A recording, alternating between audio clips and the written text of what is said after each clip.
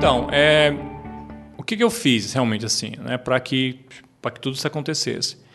Como eu falei, eu passava o dia inteiro, né, estudando, modelando, e eu lembro que na época a minha ex-esposa sempre me cobrando também, né, tipo, ela passava via eu falei que, olha, isso aqui vai mudar a minha vida, isso aqui, a decisão que eu fiz, o que eu estou fazendo agora realmente é o que vai mudar a minha vida e tudo. E vez ou outra, ela chegava para mim e eu falava. Tinham outros fóruns menores, né, na época, e eu estava começando a ganhar destaque em outros menores, e eu comecei a fazer parte do fórum do Kobe Jukes, do Ian Jordan, que eles tinham um fórum que era privado, que era fechado, né?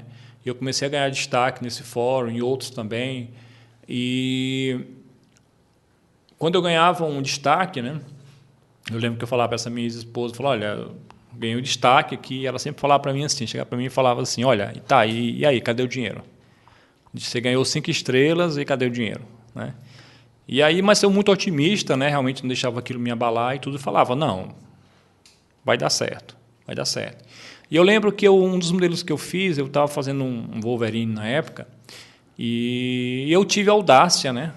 Tinha que ser muita audácia na época, tinha que ter muita coragem, muita cara de pau mesmo para fazer isso. E eu tive essa cara de pau de pegar esse meu Wolverine e colocar no ZBrush Center. Aliás, desculpa, coloquei no ZBrush Center também, mas eu levei ele pro CD Talk. E no CD Talk eles analisavam o modelo, né? Tipo, tinha todo um tempo. E depois o modelo aparecia lá postado, só que sem destaque nenhum, que era o que quando você não ganhava destaque.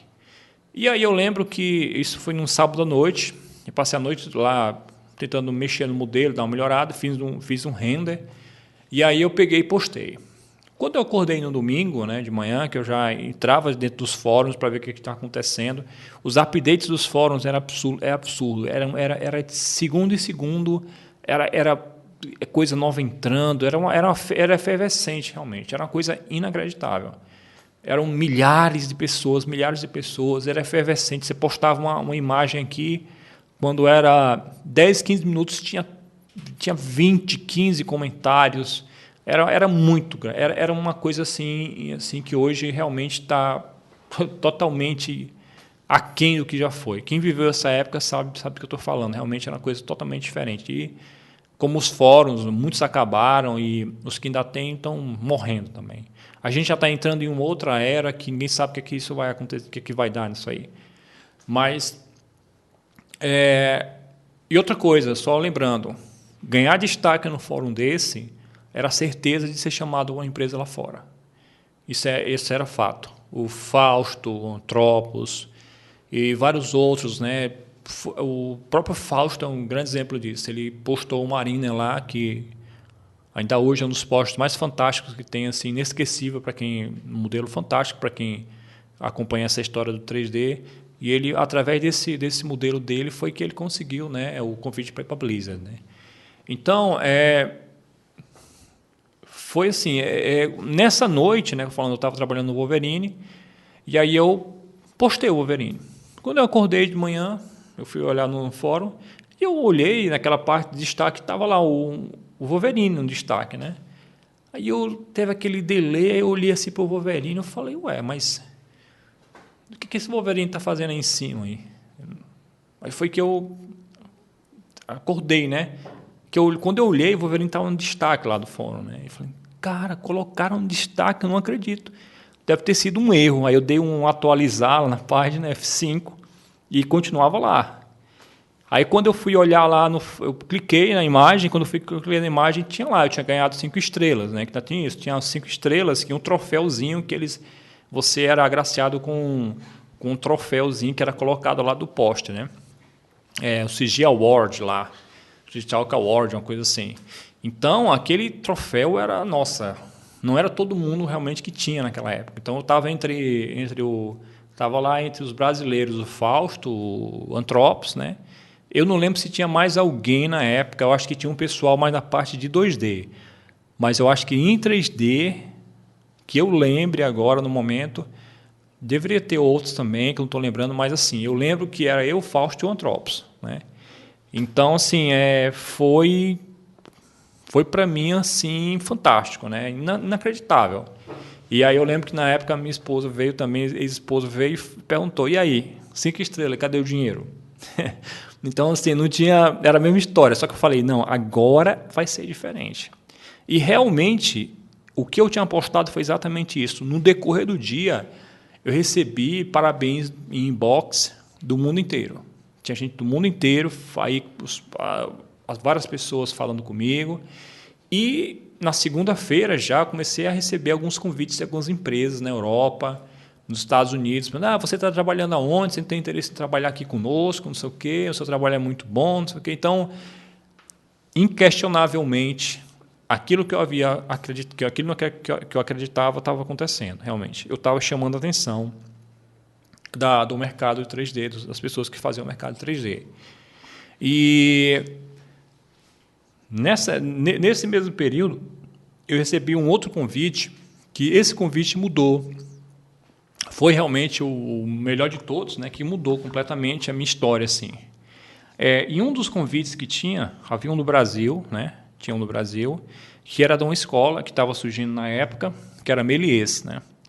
Ela estava, acho que, se eu não me engano, estava com 3 meses, 5 meses, eu acho, que tinha sido criada. E era a escola de 3D, né, que estava se propondo a ser uma das maiores do Brasil. E realmente se tornou, né, a maior, com certeza. Né?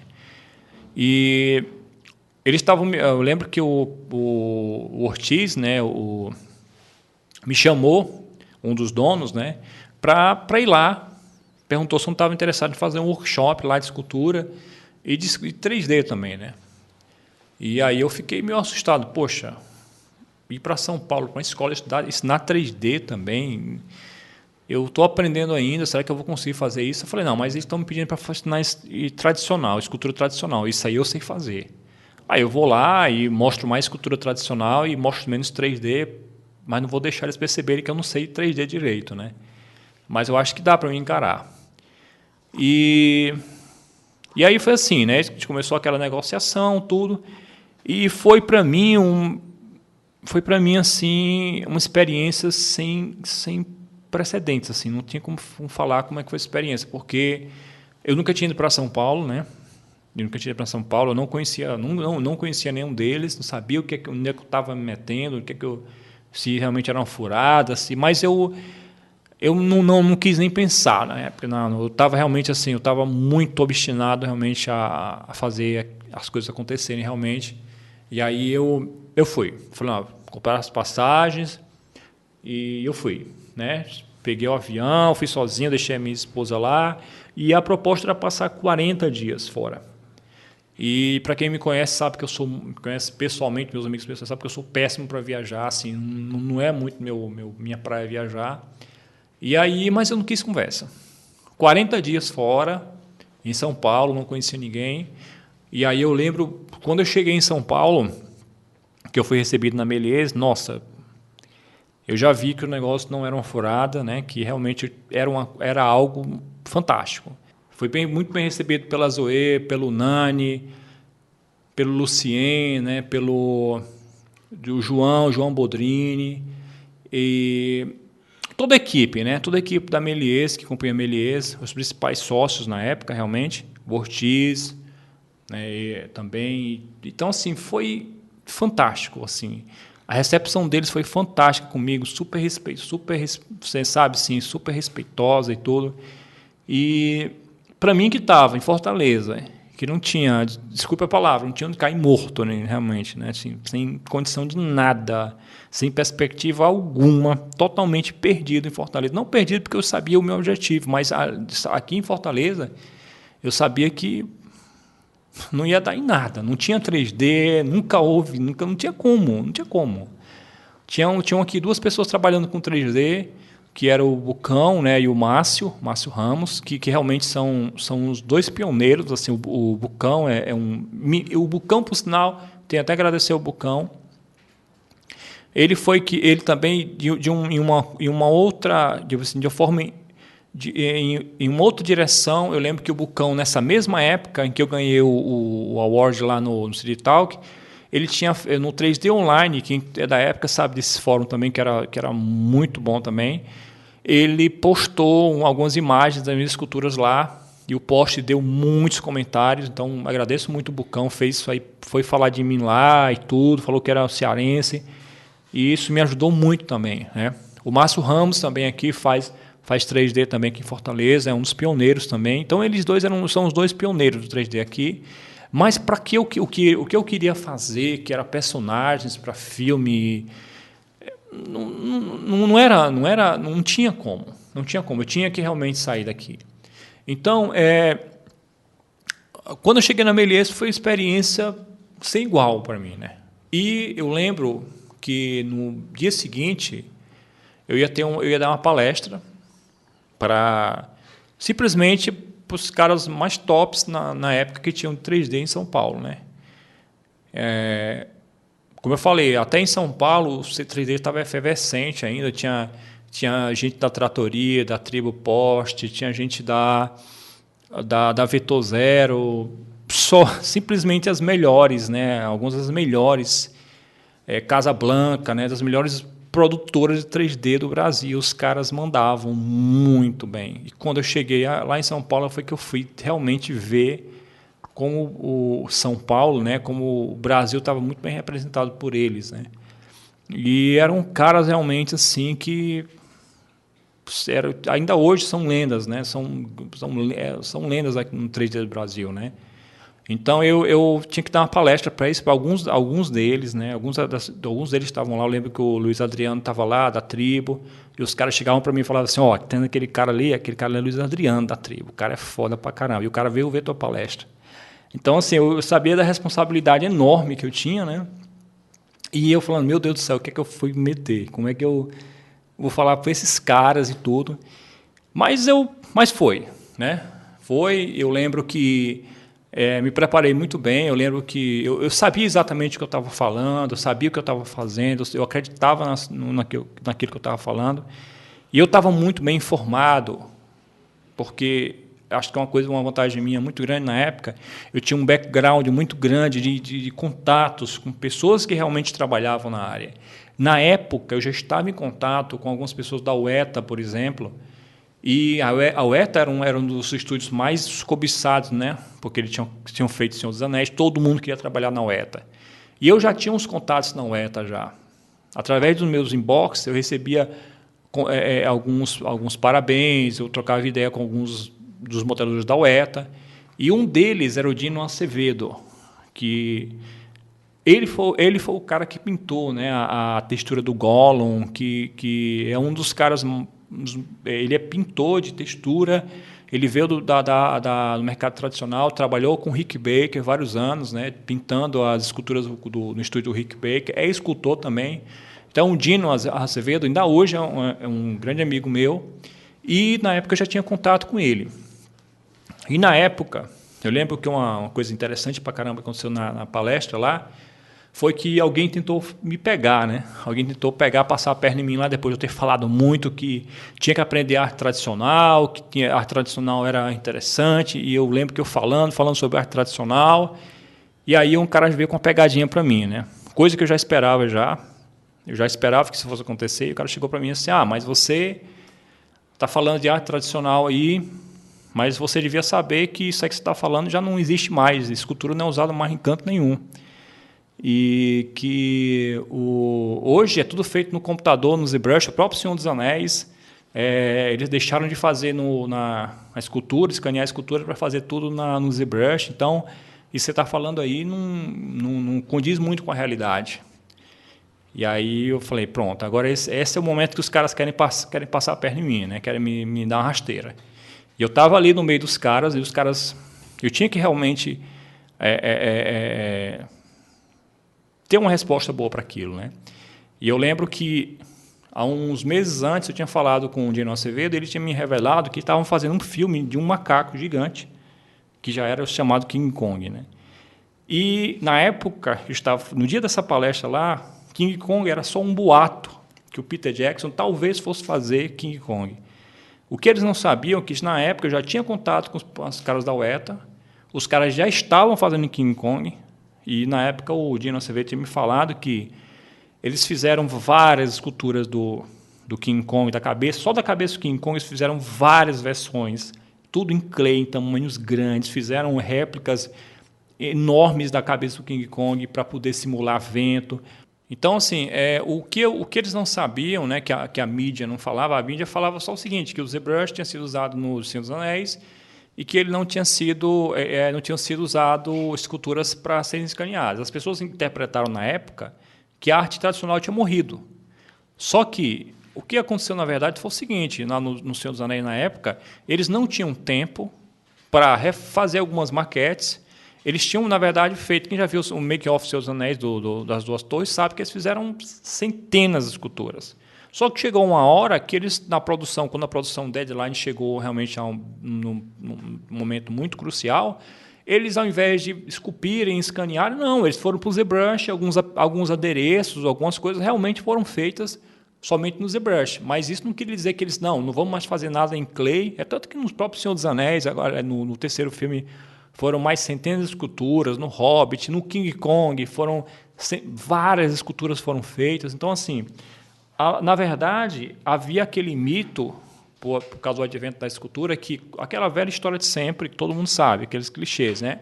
A indústria fonográfica, o DVD vai acabar com a televisão vai acabar com o teatro, e por aí vai. É aquele velho clichê. Então, as pessoas achavam que a arte tradicional ia morrer por causa da computação gráfica. Ninguém mais precisava esculpir, nunca mais na vida, né? Só que aí eu falei isso para ele, olha, é o seguinte, você está enganado. Eu tive conversando com o Dino Acevedo, que é um contato meu na UETA. Eu não posso falar muito sobre, mas eu posso falar que eles estão fazendo um filme agora.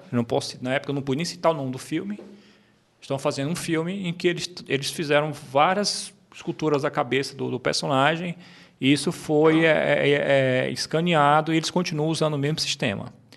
Então, assim, a verdade é que os estúdios continuavam esculpindo muito, fazendo pré-visualização, né, em clay, mas a principal questão na época, que muitas pessoas não tinham tido atenção, é que se você quer realmente ter um bom aproveitamento no digital, é bom que você tenha um bom background de arte tradicional. Você saiba desenhar, você saiba esculpir. E eu, modéstia à parte, não tenho nenhum medo de falar isso, não existia nenhuma escola no Brasil, ninguém que tivesse oferecido, como foi na época que eu lancei junto com a Méliès, essa proposta de pegar a arte tradicional e juntar com o digital. Então, hoje, todas as escolas que usam esse esquema, faz aula de ZBrush, tem aula de escultura, tem aula de desenho, não tenho nenhum medo de falar aqui que antes de eu ter ido para São Paulo e ter falado isso, vamos unir a arte tradicional junto com o digital para a gente tirar um aproveitamento maior. Não tenho dúvida nenhuma que foi a partir desse momento que todas as outras escolas seguiram a mesma história. Tem várias escolas que utilizam o mesmo processo, mas, infelizmente, muitas delas, algumas fazem bem, de alguns amigos meus, mas, de longe, conseguem os resultados que a Méliès conseguiu na época, né? Que realmente foi um casamento perfeito. Evidentemente que não fui eu que criei esse sistema, eu só percebi que isso já era feito lá fora, né? A própria Gnomon já tinha um departamento de escultura, né, na escola. E vários artistas, né, que estudavam em outras escolas, lá na Vancouver Film School, eles já tinham passavam por esse acompanhamento da arte tradicional. No Brasil é sempre aquela coisa, quando chega modismo, né, o Brasil sempre pega a informação fast food, né? Ele pega tudo resumido e não consegue compreender muitas vezes o que está acontecendo. Então, se achou que, na época, que a arte tradicional tinha morrido. Ninguém ia comprar mais papel, porque existia o Photoshop, ninguém ia mais usar lápis, a Faber-Castell ia falir no Brasil, ninguém ia comprar mais clay, porque tudo podia ser feito no computador. E a verdade não era essa. A verdade era que existia um mercado absurdo com muitas pessoas interessadas em aprender a modelar no computador, mas elas precisavam ter um background em arte tradicional. E foi exatamente isso que a proposta, na época que eu lancei com a Méliès, a gente pegar e fazer um curso, né, em que você começaria com a parte tradicional, né, e aí você depois fosse introduzido para você o ZBrush ou o XSI e tudo. Então, foi uma época fantástica para mim. Depois eu passei 40 dias lá. Eu lembro que na época o dinheiro que eu apurei lá nesses 40 dias eu voltei para Fortaleza. Aí comprei um carro, mobiliei o meu apartamento, não tinha nada, que era alugado, né? Comprei uma geladeira finalmente para sair da geladeira da minha sogra e mudou completamente. E o mais interessante de tudo é que eu voltei com o convite da Méliès e ficar lá, né? Então eu não tinha nada em Fortaleza. Ninguém me respeitava, eu era motivo de piada, né? Muitas vezes foi motivo de piada, e porque achava que com aquilo eu ia conseguir alguma coisa, ia conseguir dinheiro, ia conseguir fama, mas não, era só motivo de piada. É o doidinho que acha que vai para Hollywood com essas besteiras que ele faz. Então, como eu falei, mesmo com todas essas críticas, né, e tudo realmente que eu tinha aqui em Fortaleza e tudo, eu finalmente assim, né, tinha conseguido sair de Fortaleza e estava no lugar certo, realmente na hora certa. E a minha experiência na Méliès foi fantástica, né, tipo,